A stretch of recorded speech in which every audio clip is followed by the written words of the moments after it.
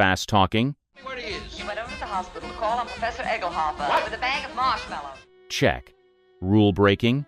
What we have is good on any other paper, and you know it. We're a team, that's what we are. You need me, and I need you, and the paper needs Sold, America! Definitely. Made the Oscars awkward? Oh yeah. This is the untamed, unfiltered story of Rosalind Russell, the star who gave zero polite answers and even less Hollywood fluff. You're about to find out why she left nothing to imagination. The Catholic Rebel debuts. Rosalind Russell didn't sneak into Hollywood, she marched in with full volume. Born in 1907 to a strict Irish Catholic family in Connecticut, she was raised to be quiet, proper, and possibly a nun. Instead, she chose theater. Her parents weren't thrilled. But she didn't ask. She studied at Marymount College and then transferred to the American Academy of Dramatic Arts. That's where she learned two things: how to project her voice and how to challenge anyone in charge. When studios later tried to mute her, they had no chance. Her early stage roles were small but loud. She took every background part and made it memorable. That got her noticed by Universal Pictures in the early 1930s. But after one screen test, a producer said her face looked too intellectual. They dropped her. So she walked across the street to MGM and got hired the same week. At MGM, things weren't easier. They wanted her to play exotic foreign women, dress like a debutante, and keep her opinions off-set. She did none of that. In 1934, The President Vanishes, she made a forgettable role, unforgettable just by throwing side-eye and raising an eyebrow at the male lead. Critics called her fresh, not always as a compliment. She got labeled as difficult early on. What that meant? She asked questions. She refused to giggle on cue.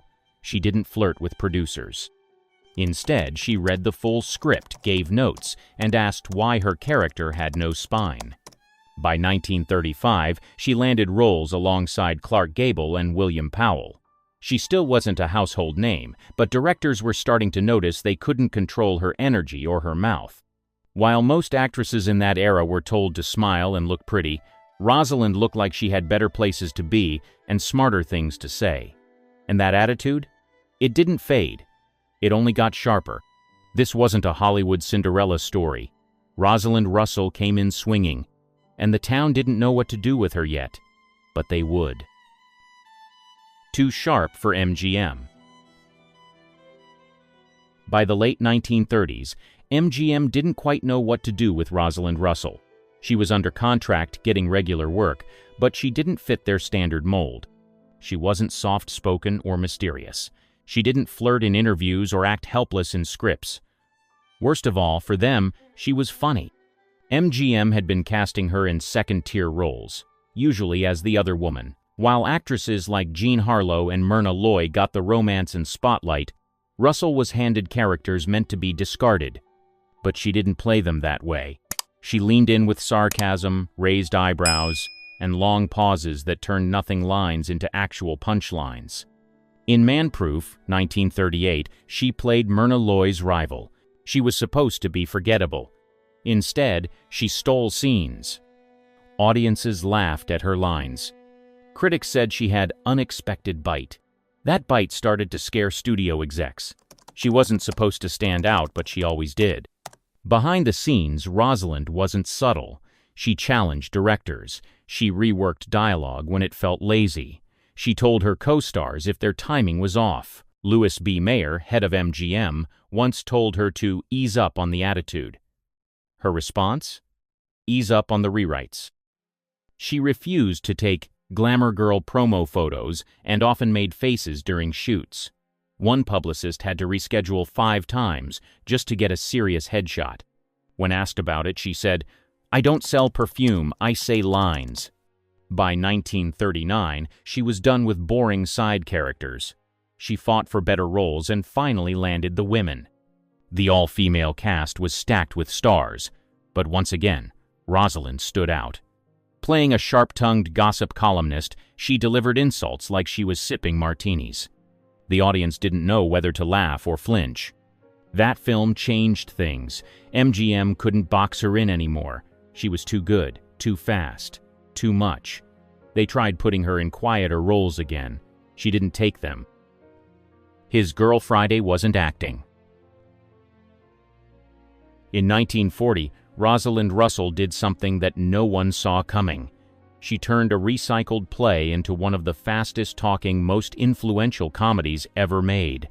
His Girl Friday was supposed to be a straight adaptation of The Front Page. The twist? Director Howard Hawks flipped the lead reporter from a man to a woman. That's where Rosalind came in. She wasn't the first choice. The studio wanted Jean Arthur or Katharine Hepburn. Both passed. Rosalind grabbed the role of Hildy Johnson and did what no one else could. She made Cary Grant sweat. The dialogue was fast. Too fast for most, but not for her. She fired off lines at over 240 words per minute, often improvising parts to stay ahead of Grant. The speed, the tone, the interruptions, it was all her. Hawks loved it. Grant tried to keep up, and the press lost their minds. One critic said she didn't talk like a woman, didn't act like a lady, and didn't care. That was the point. Hildy wasn't meant to be soft or romantic. She was smart, sharp, and unapologetic. And Rosalind brought that to life, because it wasn't just a performance, it was her. On set, she rewrote her own lines. She added jokes. She argued over camera angles to keep her punchlines tight. The studio complained she was difficult again. Hawks told them to shut up. He said she saved the movie. The film broke barriers. A woman in trousers in charge, out-talking her male co-star? That wasn't just rare, but shocking. Some theaters almost refused to screen it. Religious groups called her character masculine. Audiences didn't care. They showed up anyway, and they left quoting her lines. Her moment at the Oscars.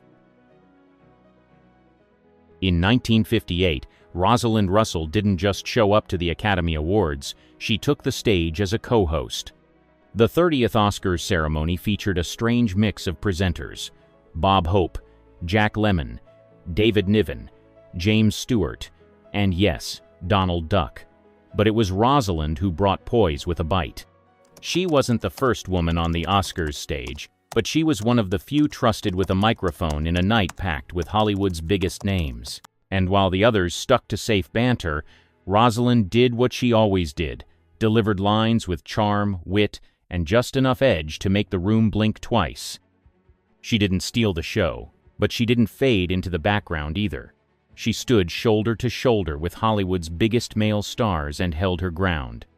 Her presence was confident, elegant, and unmistakably hers. This wasn't a one-off moment.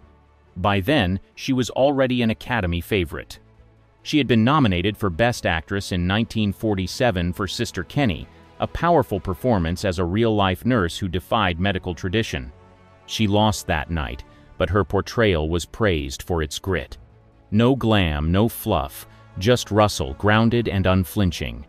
Back to the 1958 show, she didn't go off script or roast the crowd, as later urban legends claimed. But the audience still felt her timing. She knew when to pause, when to smirk, and how to bring the room with her. That was her style.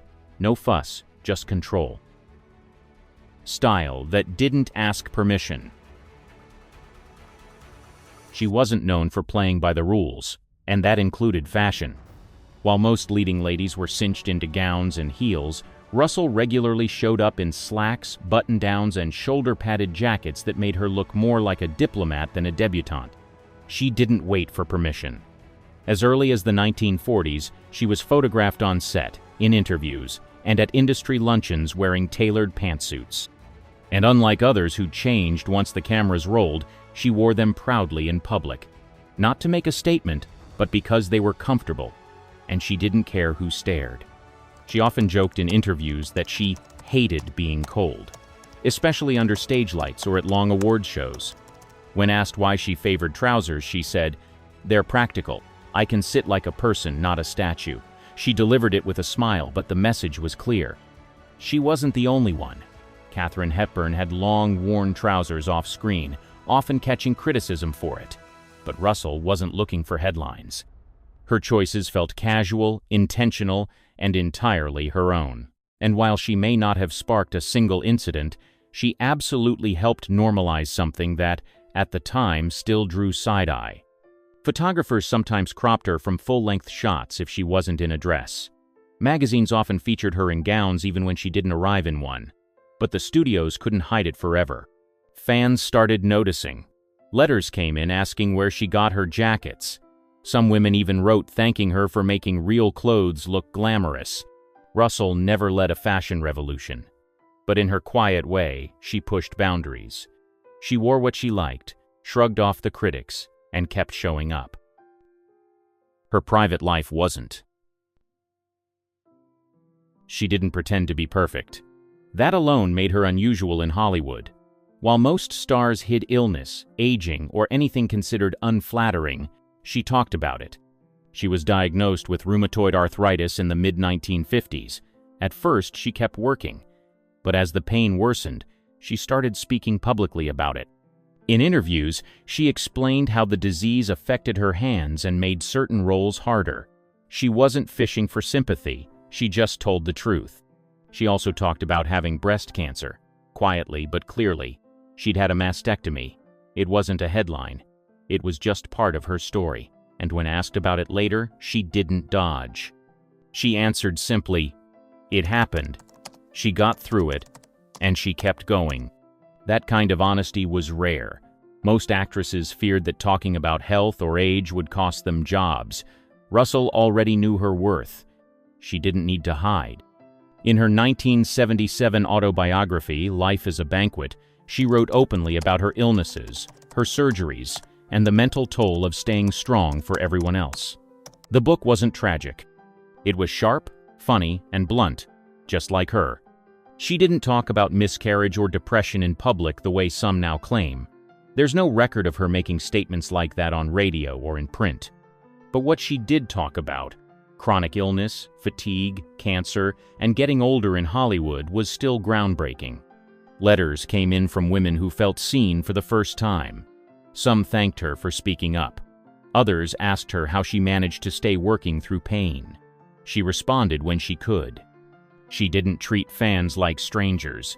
She treated them like people going through the same things. Antiame shocks the church. In 1958, Rosalind Russell lit up the screen as Antiame, bold, eccentric, and totally unfiltered. The role was made for her.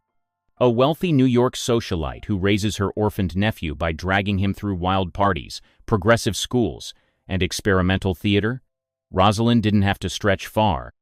The film was a smash. Critics praised her comic timing. She earned an Oscar nomination. Audiences couldn't get enough of Mame's catchphrases and outrageous fashion, but not everyone was clapping. The Catholic Church gave the film a C rating, morally objectionable. Religious groups called Mame anti-family, a mockery of tradition, and corruptive to youth. Schools in several states banned field trips to see it. One parish in Pennsylvania warned its congregation that the film encourages rebellion against order. Rosalind, a devout Catholic herself, was unbothered. In an interview with the Saturday Evening Post, she said, "Mame doesn't corrupt the boy. She raises him to think for himself. Isn't that what a good parent does?" That quote didn't help. In fact, it made things worse. Church bulletins printed editorials condemning her. A bishop even called her role a betrayal of her upbringing. She sent him a signed movie poster. Behind the scenes, the backlash amused her. She told friends, "It's not like I played the devil. I just played a woman who dances in her living room." The film only grew in popularity. It ran for months in major cities. Young women started dressing like Mame. Theater troupes begged for the stage rights. Rosalind had created something bigger than just a role. She'd created a cultural flashpoint. And here's the kicker. The backlash helped the movie. The controversy brought more attention, more ticket sales, more columns. Rosalind never apologized, never toned it down. And when the church sent another letter of protest to Warner Brothers, she told reporters, "If being joyful is offensive, we're all in trouble." She challenged the studios. By the early 1960s, Rosalind Russell had earned the one thing few women in Hollywood ever got: leverage. And she used it. She wasn't content with just being in the film. She wanted a say in how it was made. Scripts, casting, contracts. If her name was on it, she was involved. Studio heads called her demanding. She called it doing her job. In one project, she walked out after discovering her male co-star was making 3 times her salary. "He has fewer scenes and less dialogue," she told producers. "If he's worth that much, I'm underpaid or he's overpaid. Pick one." They picked neither. She left. That story hit Variety, and the message was clear. She wouldn't play nice just to stay working. She also pushed back on how women were written. She refused roles where the character's only purpose was to cry, faint, or fall in love. "If I'm not allowed to think in a scene," she said, "I'm not doing the scene." Producers were stunned. They weren't used to actresses questioning the material, let alone walking away from it. But she didn't care. Her contracts began to include script approval. She worked with writers directly. She asked for rewrites, and she got them. One director threatened to recast her. She laughed and said, "Good luck finding someone with my timing and spine." She also demanded clarity on contracts and back-end pay terms most actors didn't even know how to read, let alone negotiate. She kept a lawyer close and made sure every deal was airtight. When a studio delayed payment on a project, she called them out in the press. They paid fast. By that point, younger actresses were watching and learning. She'd broken the rule book and still had a career. That mattered. Final roles. 0 apologies. By the 1960s, most actresses her age were getting grandmother roles or quietly disappearing. Not Rosalind Russell. She doubled down. In Gypsy, 1962, she played Mama Rose, the brash, demanding stage mother of burlesque star Gypsy Rose Lee. The role had teeth. So did Rosalind. Critics expected a softened version. What they got was sharp, bold, and slightly terrifying. She barked orders, hijacked scenes, delivered monologues like battle speeches. Some reviewers called her too harsh. Others said she lacked warmth. She shrugged it off. "She's not supposed to be warm," she said. "She's supposed to be impossible." What audiences saw wasn't just a character, it was Rosalind pulling every thread of her career together. The fast-talking confidence, the "don't mess with me" tone, the refusal to be sidelined.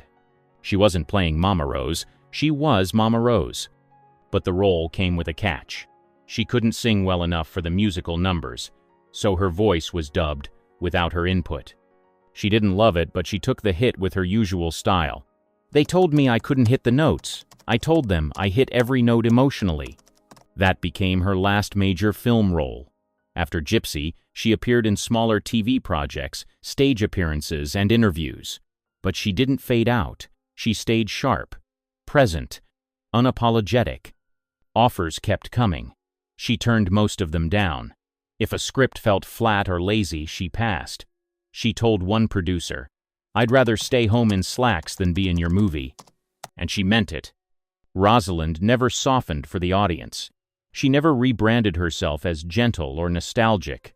She chose honesty over likability, bite over beauty, and power over popularity. Even near the end of her acting days, she didn't flinch. Because fading quietly, that was never the plan. The exit was all hers. She never gave a dramatic farewell. She didn't stage one. She didn't need to. By the early 1970s, her health had taken a sharp turn. Years of battling rheumatoid arthritis and cancer had weakened her body, but not her presence. She stayed in the public eye as much as she could, even as her acting roles slowed down.